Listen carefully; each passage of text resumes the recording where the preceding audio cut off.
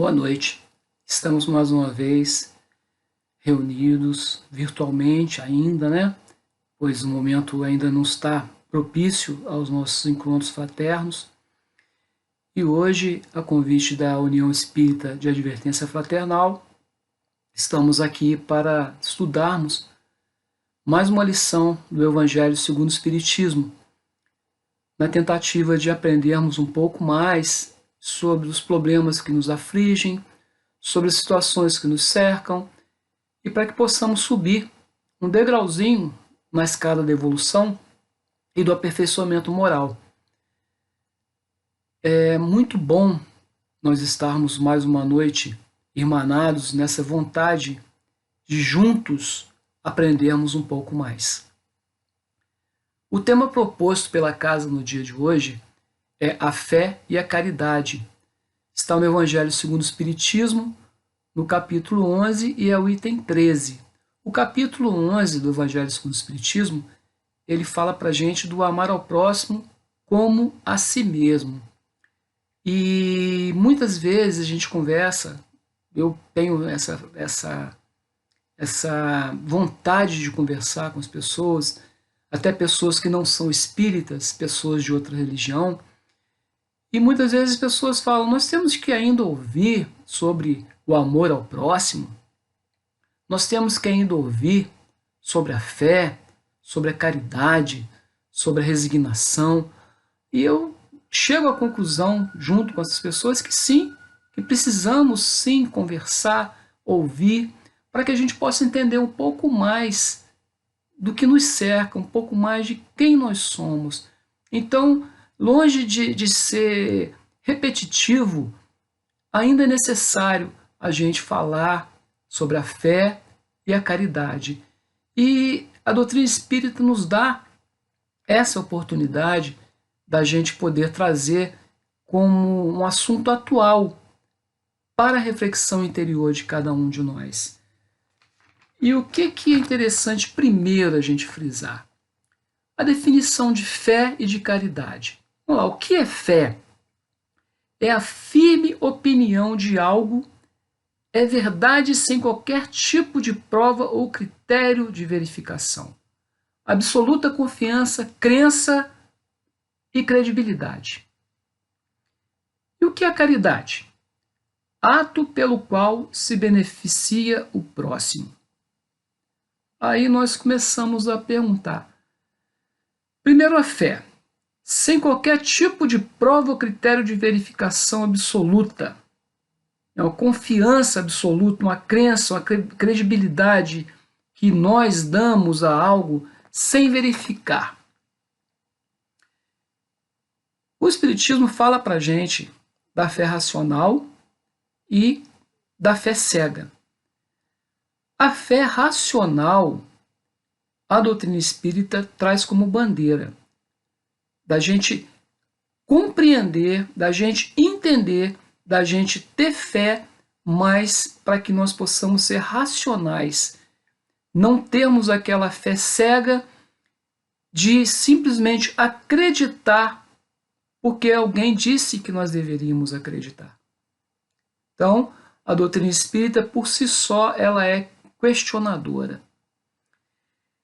Podemos afirmar que a doutrina espírita, ela nos converte, ela não nos convence. E essa palavra converter, ela rima e é muito parecida com convencer. Então, a pessoa, quando se converte a algo, é porque ela compreendeu o que ela vai começar a professar, o que ela vai começar a acreditar. Então, ela foi convertida àquela crença. E de uma forma, de preferência, racional. Agora, a partir do momento que a pessoa é convencida a acreditar em algo, de uma forma cega, fica mais complicado até de se tentar prolongar algum argumento, alguma discussão. Eu tenho amigos de todas as crenças e com uma vez ele falou para mim, eu acredito em tudo que está na Bíblia. Eu falei, sim, a Bíblia também ela é o livro pelo qual a doutrina espírita se baseia. Mas o evangelho de vocês é o evangelho segundo o Espiritismo? Sim. Só que se você, inclusive eu dei a ele um evangelho segundo o Espiritismo de presente, propositalmente, para que ele pudesse ler. Ele leu, gostou. E lá na introdução do evangelho segundo o Espiritismo, está escrito lá para a gente que os ensinamentos contidos no evangelho segundo o Espiritismo, o estudo do evangelho, são baseados nos ensinamentos morais do Cristo. Os ensinamentos que não podem gerar polêmica. Então, se Jesus era cabeludo ou não, se Jesus teve irmãos ou não cabe a nós ficar questionando essa polêmica. Agora, cabe sim a nós acreditarmos e seguirmos os seus ensinamentos. Isso é comum a todas as religiões. E nesse dia que eu falei com ele falou, que bom, que legal, que bonito que você falou. Eu falei, não, estou falando nada de bonito. Eu estou dizendo a você que é assim que nós, espíritas, entendemos a Bíblia e estudamos a Bíblia dessa forma. Entendendo ela de forma racional. Inclusive ele falou assim, agora eu vou ter que começar a analisar a questão de Jonas e a baleia. Eu falei, sim, está escrito lá que Jonas passou 40 dias dentro da baleia. Humanamente, cientificamente impossível que isso aconteça. Então aquilo ali era uma forma metafórica de ser colocada aquela situação. E acredita quem quiser acreditar. Inclusive eu falei com ele, se acreditar cegamente no que está escrito, se tivesse escrito lá então que Jonas engoliu a baleia e ficou com ela 40 dias dentro dele, acreditaria? Ele então, é questionável. Eu falei, exatamente. Essa é a diferença da fé racional e da fé cega. Então nós temos que ter fé, sim, mas temos que ter aquela fé racional. E a caridade? O ato pelo qual se beneficia o próximo. Mas será que é só isso? Não, também não. Nós vamos mais além. Sabemos que a caridade ela é material, mas ela também é moral. Nós vamos falar disso aqui um pouquinho mais na frente. Mas lá no Evangelho segundo o Espiritismo, o espírito protetor, ele assina dessa forma, um espírito protetor em Korkov, em 1861. O que ele falou para a gente lá no início da lição? Ele disse assim, eu vos disse ultimamente, meus caros filhos, que a caridade sem a fé não bastava para manter entre os homens uma ordem social capaz de torná-los felizes. Devia ter dito que a caridade é impossível sem a fé. Então ele fala aqui da ordem social e fala que a caridade é impossível sem a fé. Então olha só, são duas colocações bem fortes. O que é a ordem social? A ordem social ela se baseia no trabalho. E qual é o objetivo de uma ordem social? O bem-estar e a justiça social. A base no trabalho, o trabalho material e o trabalho espiritual, que vai levar ao objetivo final, que é o bem-estar de toda a humanidade e a justiça social. Então ele coloca para a gente esse espírito amigo, esse espírito protetor, como uma ligação para a nossa felicidade, a prática da caridade. E ele fala que seria impossível, está aqui no Evangelho, impossível a caridade sem a fé. Então, uma afirmação de 1861 ainda atual. Por que ela ainda é atual?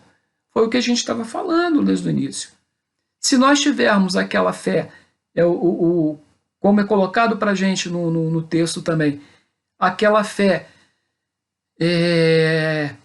cega porque alguém nos disse que algo é possível, mas se nós não trabalharmos em função de conseguir o que nós queremos, nós vamos depois que não conseguir falar, eu tive fé e não consegui, eu pratiquei a minha fé, coloquei a minha fé toda em prática e naquele momento não consegui. E ele deixa bem claro, sem a caridade A fé não existe, a fé sem a caridade não funciona. Ele coloca as duas de mãos dadas. E aí, voltando, ele coloca da questão da ordem social, na humanidade, na sociedade que a gente convive. Inclusive, no texto, ele fala para a gente, o Espírito Protetor, que podemos olhar para vários lugares, para várias situações, que nós vamos encontrar pessoas extremamente abnegadas, entusiasmadas e generosas. E até pessoas que não dizem que não professam nenhuma religião. E elas são muitas vezes mais caridosas do que aquelas pessoas que estão nas casas religiosas. Mas, ao mesmo tempo, o Espírito afirma para a gente que se tiver a fé junta a essa caridade, vai fazer com que aquela pessoa se torne mais forte e seja mais perseverante no que faz, entendendo as dificuldades que vão acontecer. Todos nós podemos afirmar que temos uma situação, passamos por alguma situação na nossa vida, ou estamos passando hoje por alguma situação que em algum momento nós pensamos que não poderíamos dar cabo dela. E vacilamos. Pensamos assim, não vou conseguir. E, infelizmente, sempre às vezes tem alguém que fala para a gente também, olha, você está fazendo uma coisa que não vai conseguir. Você está errado. É o que a gente fala no vulgar. A pessoa começa a puxar para trás. Mas aí entra a nossa vontade, a nossa perseverança de continuar naquele caminho para fazer aquela coisa prosseguir e dar certo. O que é isso? É a fé. É aquela história do menininho que a cidade tinha muito tempo que não chovia, muito tempo sem chuva, e a cidade toda, então, todos eles resolveram ir para a praça pública orar para que chovesse. E todos foram, então, para a praça pública no momento combinado, pedir em oração que chovesse. E choveu. Mas só uma criança, só um menininho pequeno que levou um guarda-chuva. Aí a reflexão. O que é isso? É fé. Porque ele foi orar com fé, perseverante e entendendo que poderia chover e por precaução levou o guarda-chuva. Aí a gente fica pensando assim, quando alguém nos fala alguma coisa, ao invés da gente caminhar em frente, levar o guarda-chuva, nós não vamos mais. Então sejamos semelhantes ao menino, vamos ter esse guarda-chuva sempre com a gente, o guarda-chuva da fé, para que a gente possa abri-lo no momento daquela situação que a gente estiver procurando acontecer, mediante a nossa fé. Então, por isso que esse espírito protetor, lá em 1861, em Corcóvia, falou para a gente que quando a caridade é feita juntamente com a fé, fica muito mais fácil de ser finalizada, vamos dizer assim, o propósito, devido à fé nos dá a perseverança de prosseguir. Então é uma lição atual, sim, muito atual, principalmente nesse momento. E, como nós já dissemos, entra a questão da fé racional e da fé cega. A caridade, né, material e a caridade moral. Já falamos várias vezes em outras palestras, em outras casas, sobre a caridade material e a caridade moral. Então, aquela caridade material, que quando a gente fala em caridade, primeiro momento que a gente ouve falar de caridade, a primeira coisa que vem na nossa cabeça, na nossa mente, é a questão da gente doar algo para alguém, até a definição está lá, que é o ato de fazer bem ao próximo, de beneficiar o próximo. E como é que a gente pensa em beneficiar? É doando, seja valores financeiros, seja a própria alimentação, seja o vestuário. Porém, inclusive essa semana que passou, eu tive a oportunidade de fazer um estudo do Livro da Esperança, livro de Emmanuel, psicografia de Chico Xavier, no item 19 desse livro da Esperança, ele fala para a gente dos companheiros mudos. E Emmanuel então fala que os companheiros mudos, nessa lição que ele fala para a gente, são justamente aqueles que estão sofrendo com a falta de alimentação, mas têm vergonha de dizer que estão sofrendo pela fome. Aqueles que estão passando frio e têm vergonha de solicitar a alguém um agasalho. Aqueles que estão passando por depressões, aqueles que estão passando por problemas emocionais e externamente sorriem, mas internamente estão passando por dificuldades imensas. E ele fala ali então, nesse início do capítulo 19 desse livro, ele fala do deixar vir as minhas criancinhas. E ele encerra então dizendo que as criancinhas, naquele momento ali, são esses companheiros mudos e que nós temos uma obrigação moral, divina, material, de ampará-los. E ele roga, ele fala assim, rogo que pensem neles, vá ao encontro deles, ou seja, leve a eles uma xícara de leite, leve a eles uma vestimenta, dê a eles um minuto de atenção, dê a eles o seu amor, a esses companheiros que muitas vezes estão precisando e passam desapercebidos para a gente de uma forma invisível. E pode estar dentro do nosso lar, pode estar na nossa vizinhança, pode estar no nosso ambiente de trabalho, pode estar dentro da nossa casa religiosa que a gente frequenta com tanta intensidade, com tanto amor, com tanto carinho, e muitas vezes não reconhecemos que essa pessoa está precisando do nosso amparo, do nosso auxílio, da nossa palavra, desse minuto de atenção que não custa nada. Não custa nada materialmente. Então, aí é que está a diferença da caridade material para a caridade moral. E a caridade moral, realmente, ela é a caridade mais difícil de ser praticada, mas talvez seja a mais necessária de ser praticada. Muitas vezes a gente conversa com pessoas que estão em situações financeiras muito complicadas e elas nos dão lição que elas têm o necessário para viver. E a gente fica reclamando.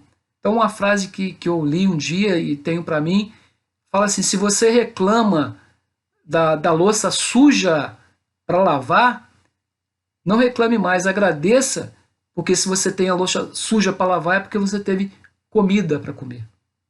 Então muitas pessoas estariam contentes em lavar a louça, muitas pessoas estariam contentes em dormir na cama que nós dormimos, em sentar no sofá que nós sentamos, e a gente muitas vezes reclama muitas vezes, na maioria das vezes, sem perceber a bênção que é a gente estar podendo ter o nosso lar, ter a nossa casa, ter a nossa família. Voltar ao final de um dia de trabalho e encontrar os nossos familiares nos esperando. Tem uma frase de uma canção não é espírita, mas o autor foi muito feliz quando ele cantou nessa música, dizendo assim, a noite fria me ensinou a amar mais o meu dia, e pela dor eu aprendi o poder da alegria. É do Antônio Carlos Belchior, que já desencarnou, mas essa frase dele é sensacional. A noite fria me ensinou a amar mais o meu dia. Por quê? Porque as dificuldades que a gente passa, quando superamos, nós começamos a entender e ver por outros meios, de uma outra forma, aquela dificuldade que nos foi colocada para o nosso crescimento.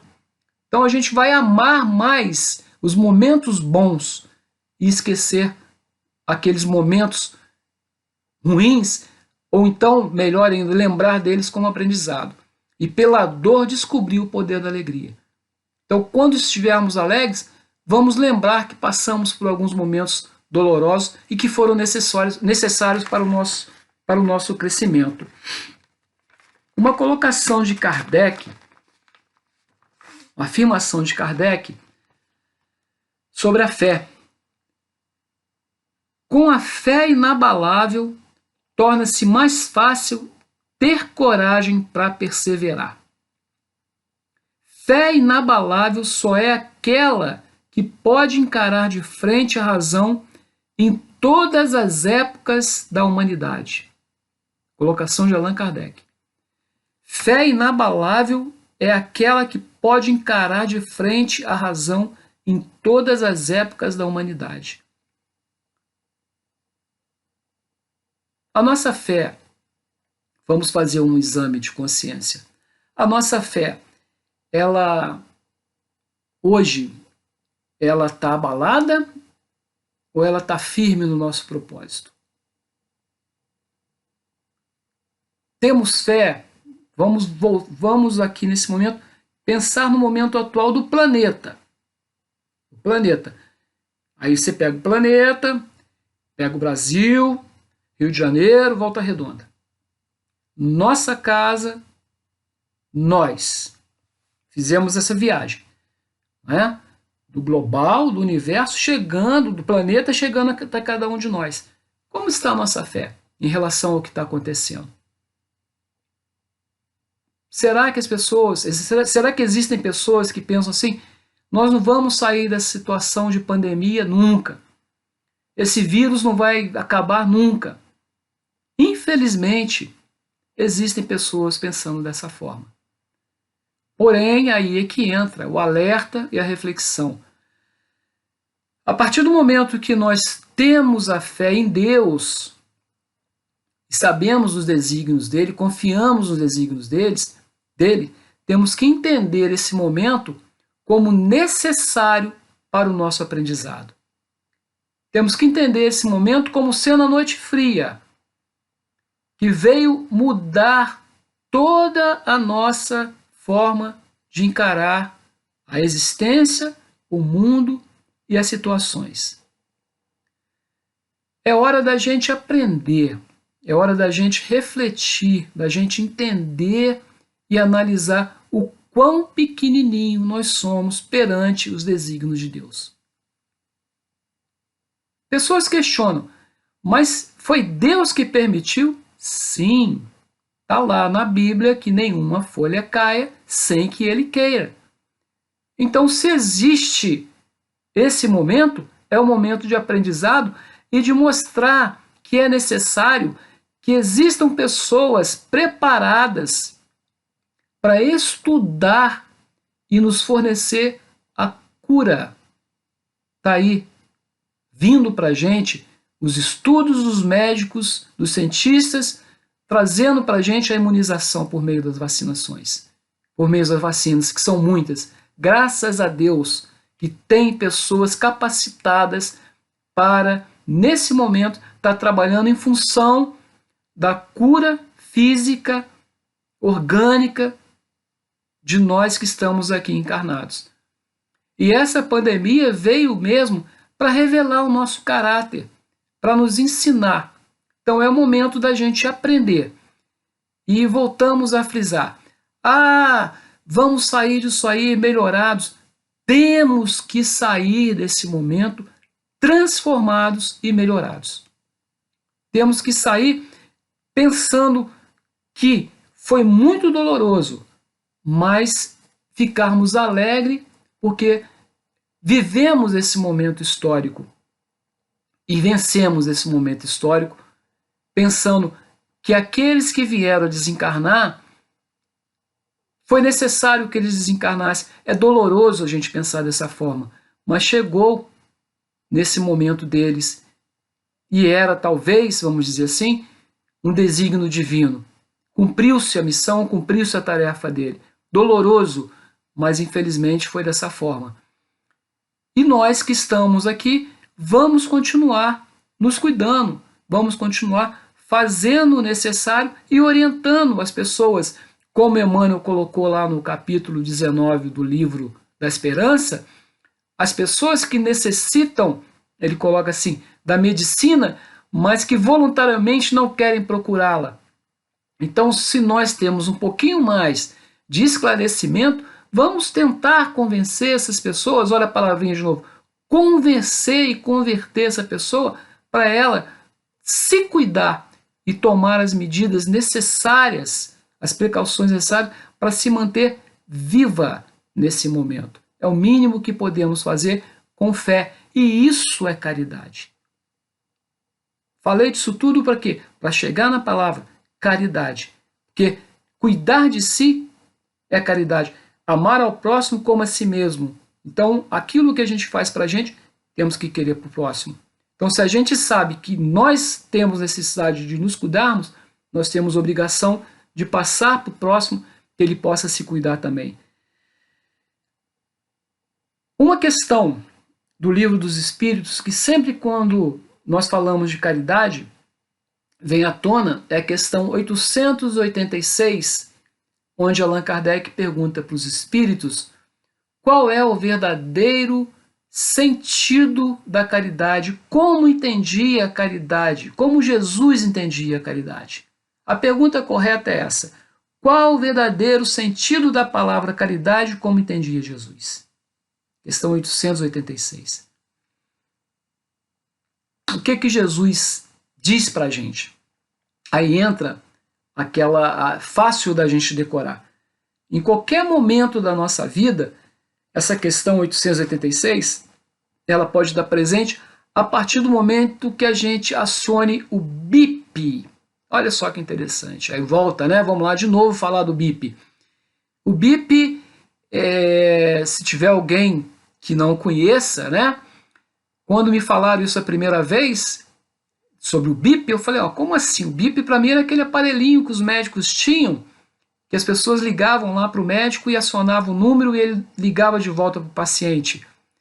Mas dentro da doutrina espírita, tornou-se vulgar e divulgar o BIP como a resposta dos espíritos na questão 886, de como Jesus entendia o verdadeiro sentido da palavra caridade.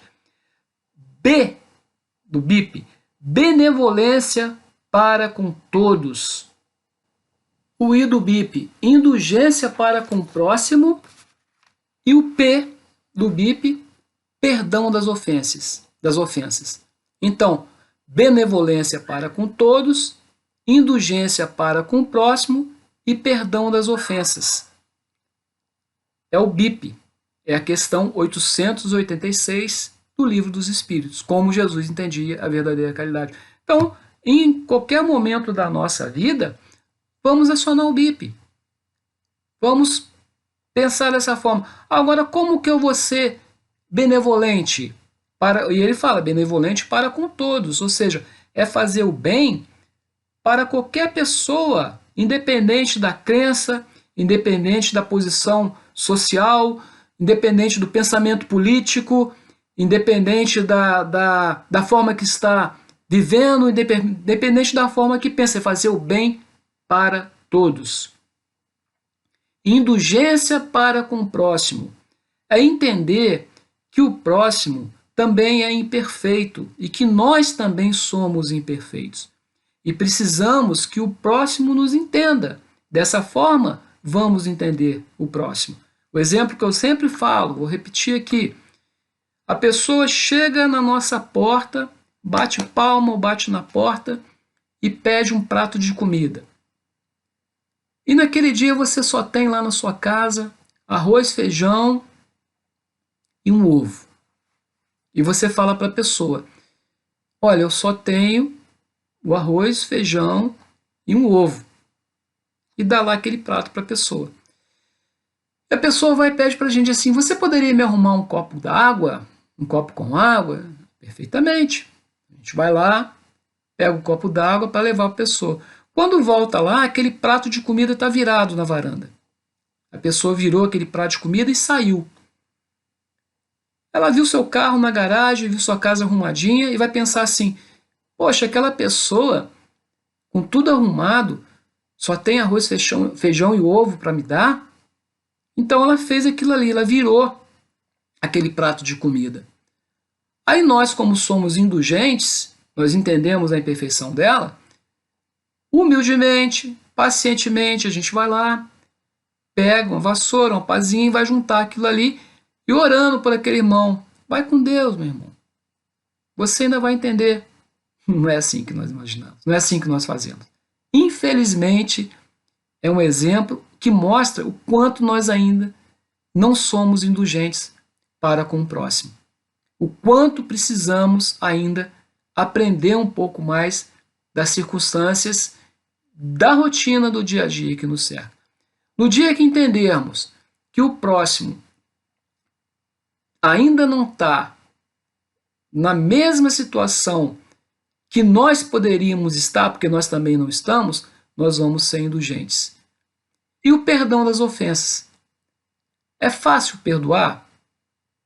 Fica aí a pergunta. Não precisa nenhum levantar o dedo e raciocinar se estamos sendo certos em perdoar, como perdoar, se eu tenho que perdoar da boca para fora, como Pedro questionou Jesus, e Jesus falou para ele que não é para perdoar 9 vezes, sim 9 vezes 99 vezes, 7 vezes, faça as contas, é perdoar incondicionalmente, perdoar mesmo, não perdão da boca para fora. Aquele que a gente fala assim, eu sou bonzinho, mas pisa no meu calo que eu viro bicho. Isso não é perdão. Isso é perdoar da boca para fora. Perdoar e não esquecer, mas infelizmente também estamos a caminho de compreender o perdão. E isso é como Jesus, é dessa forma que Jesus entende e passa para a gente o verdadeiro sentido da caridade: benevolência, indulgência e perdão das ofensas. Aí a gente fica pensando assim, esses grandes filântropos que existem por aí, que praticam a caridade, que têm muito dinheiro e ajudam incondicionalmente as pessoas. Podemos citar vários nomes, mas não vem ao caso, não precisa citar. Cada um sabe, conhece, estuda e sabe quem são esses grandes vultos, grandes celebridades que materialmente auxiliam as pessoas. E a gente ouve pessoas dizendo assim, não faz mais do que obrigação. Mas eles auxiliam muitos auxiliam de forma que não divulgam o que fazem. Eu tenho um exemplo interessante para dar. Há muitos anos atrás eu estava em Angra dos Reis. Já contei essa história e vou contar de novo, para a gente entender o quão importante foi a atitude dessa pessoa. Uma senhora estava dando entrevista numa TV regional, uma senhora muito humilde, e ela falou assim, eu parei para ver porque eu achei interessante a forma como ela estava se expressando. E ela falou assim, teve um dia, meu filho, na entrevista, eu estava voltando para casa com bolsa de mercado, com 2 bolsas pesadas de mercado. E um jovem muito bonito me parou na estrada com o carro e me ofereceu uma carona. Eu aceitei. Quando eu entrei no carro dele, ele foi educadamente, colocou as minhas bolsas no banco de trás, botou o cinto de segurança e perguntou para mim, a senhora gosta de esporte? Aí eu falei para ele assim, olha meu filho, eu não tenho muito tempo de ver televisão, de ver futebol, meu marido que gosta muito de assistir aos jogos. Aí o jovem perguntou para ele, a senhora gosta de corrida de automóveis? Ela, de vez em quando eu vejo algumas coisas e acho bonito. Quando o nosso herói, o nosso grande ídolo Ayrton Senna, pega a bandeirinha do Brasil e acena quando ele ganha as corridas, aquilo traz um orgulho muito bonito, muito bom para a gente que é brasileiro. Aquilo me faz muito bem, eu acho bonito. E o jovem sorriu e me deixou na porta da minha casa e entregou minhas bolsas de compra. No outro dia, parou na porta da minha casa um caminhão com vários móveis. TV, geladeira, fogão, guarda-roupa, cama, um monte de coisas que estava chegando e eu até brinquei, eu estou ganhando algum prêmio, é para mim mesmo? Isso a senhora falando. E as pessoas entregaram para ela e junto tinha um rapaz que falou para ela, que deu a ela uma carta e falou para ela, olha, isso aí a senhora está recebendo como cumprimento do nosso grande campeão Ayrton Senna, que ele ontem deu uma carona para a senhora. Aí olha que interessante, ela conhecia o Ayrton Senna, ele deu carona para ela, mas ela nunca esperou que ele fosse, que fosse ele, aquele jovem que estava dando a carona para ela, porque ela conhecia, mas como ela mesmo falou, era atribulada, não sabia que era ele. E ele então fez essa caridade, naquela hora não se revelou para ela, no outro dia que ele mandou. E depois de muito tempo, depois que ele desencarnou, que veio à tona que ele tinha um trabalho de caridade, um trabalho de assistência muito forte por meio do Instituto Ayrton Senna. Citando o nome dele, porque eu achei bonita essa história, porque ele não divulgava. Simplesmente ele fazia, mas não divulgava. É justamente o que a gente prega, né? A mão direita não precisa saber do que a mão esquerda faz. E era o que ele fazia, o que fez naquele momento. E como ele, ainda bem, graças a Deus, existem outros grandes colaboradores e filântropos que ajudam as pessoas necessitadas. Muitos divulgam? Sem problema. Outros não divulgam? Melhor ainda. Agora, temos também que ressaltar os grandes apóstolos da caridade. São aqueles nossos líderes espirituais que fizeram e fazem caridade material e moral para a gente. Chico Xavier, Divaldo Pereira Franco, Irmã Dulce, Madre Teresa de Calcutá, grandes líderes religiosos que estão trazendo para a gente o conhecimento espiritual como conforto, como lenitivo, de uma forma necessária para que a gente lembre um pouco da necessidade que temos de praticar a caridade. Uma pergunta que eu notei aqui interessante também, e a resposta está no Evangelho segundo o Espiritismo. Ter fé e praticar a caridade deve ser uma condição para a conquista da felicidade? Lá no Evangelho segundo o Espiritismo, a resposta é essa para a gente. Sim, meus filhos, é em vão que o homem, ávido de prazeres, se queira iludir sobre sua destinação nesse mundo, sustentando o que lhe é permitido não se ocupar senão da sua felicidade. Certamente Deus nos criou para sermos felizes na eternidade. Entretanto, a vida terrestre deve servir unicamente ao nosso aperfeiçoamento moral. Então, sim, meus filhos, a resposta dele. É necessário a fé e a caridade para sermos felizes. Neste momento, encarnados, na existência atual, mas principalmente na eternidade, entendendo esse momento nosso encarnado aqui como necessário para o nosso aperfeiçoamento moral. E a prática da caridade faz com que a gente, como falamos no início, suba um degrauzinho na escada evolutiva. E não vamos ter assim aquela certeza que estamos subindo esse degrau e praticando a caridade, somos melhores que os outros, somos melhores que outras religiões. Não. Vamos ter a consciência que estamos fazendo a caridade para o nosso aperfeiçoamento, para auxiliar alguém, mas podemos ter a certeza e temos que ter certeza que o maior auxiliado somos nós. Isso é o aperfeiçoamento moral. Porque quando se faz algo em função do próximo, de forma desprendida, sem querer retorno, nós nos sentimos felizes. Mesmo que essa felicidade, segundo é colocado para a gente, e é verdade, seja relativa. Porque nós não somos felizes totalmente nesse plano. Nenhum de nós é feliz totalmente. Nós somos felizes relativamente.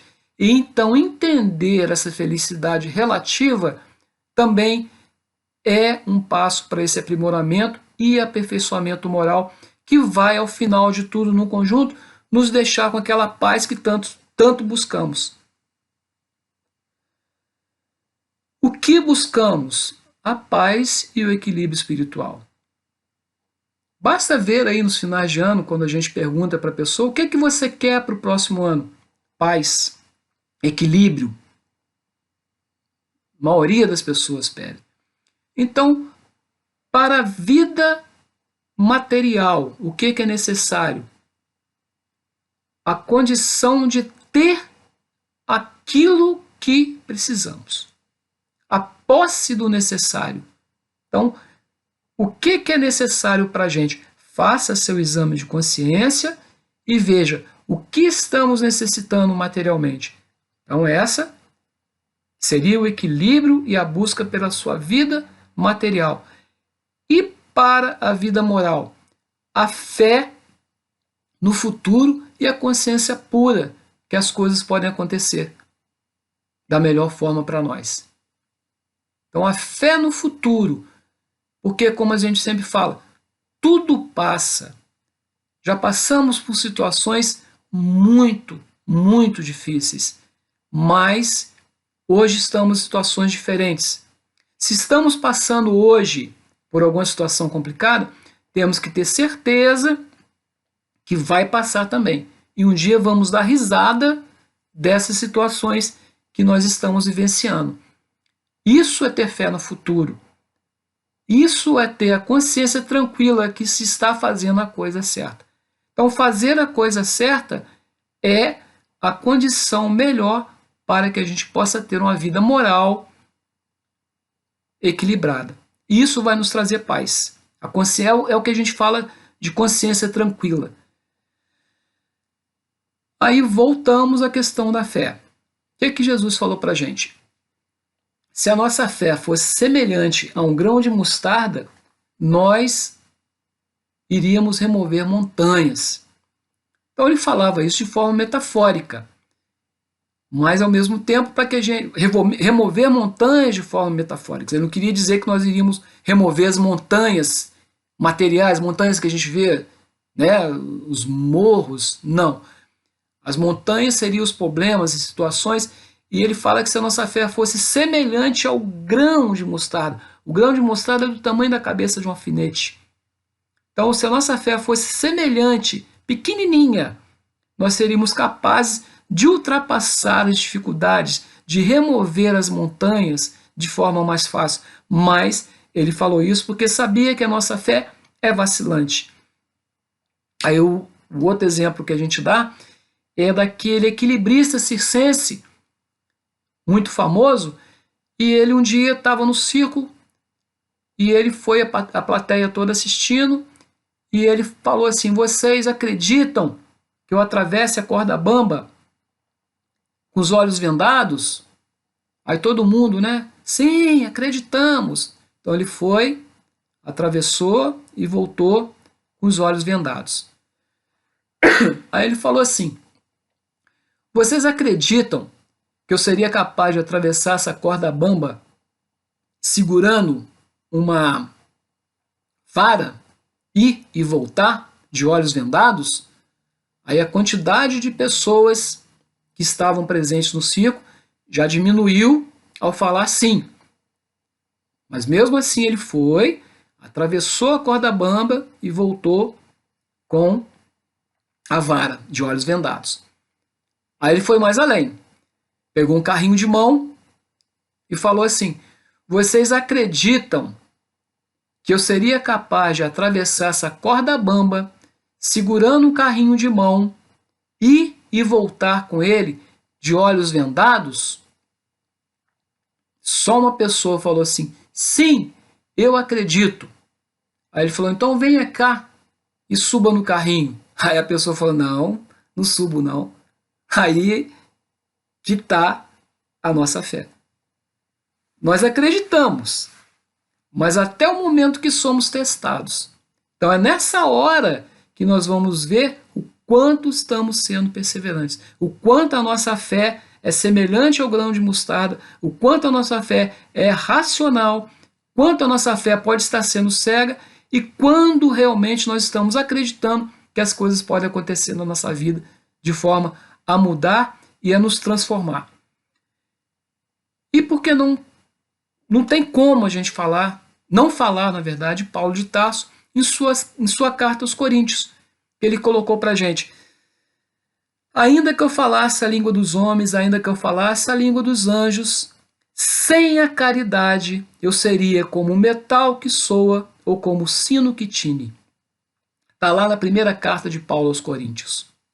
Ou seja, ele deixa bem claro, por mais que falássemos bonito, por mais que tivéssemos o dom da oratória, sem a caridade nós não seríamos nada, seríamos um metal e um sino que só faz barulho. Então Paulo, quando colocou isso para a gente como reflexão, ele deixou bem claro o que é a caridade. Então, se a gente procurar, pesquisar em qualquer lugar, dentro da doutrina espírita, no Google, fácil para todo mundo hoje, necessidade da caridade segundo São Paulo, vai vir para a gente lá, que ele designa, ele coloca para a gente a caridade como sendo paciente. Então temos que ter paciência para que as coisas aconteçam, e quando fazemos a caridade, seja ela material ou seja ela espiritual. A caridade ela tem que ter bondade, ela tem que ter firmeza no que se faz. Nós temos que fazer, voltando lá no BIP, fazer a bondade sabendo que aquilo ali é necessário, mas sem querer retorno. Ele afirma que a caridade não é invejosa. Está tudo lá na carta de Paulo aos Coríntios. Ou seja, é fazer a caridade e sem pensar assim, porque tem alguém que faz mais que eu, ou eu posso fazer. Não é uma competição, ela não é ambiciosa, ela tem que ser propensa a ajudar alguém, livre de querer algum interesse pessoal que ele coloca ali. Não tem que ter interesse próprio. Então, ele deixa bem claro para a gente. E vale ressaltar também, nesse finalzinho, o final do texto do Evangelho segundo o Espiritismo, que ele coloca para a gente o seguinte: a história do cristianismo é cheia de mártires. São vários mártires que vieram ao suplício de forma dolorosa e com alegria. E ele deixa bem claro para a gente que na nossa sociedade, tanto em 1861 como hoje, em 2021, não há mais necessidade de sofrimento, de holocausto, nem de se sacrificar a vida para ser um cristão.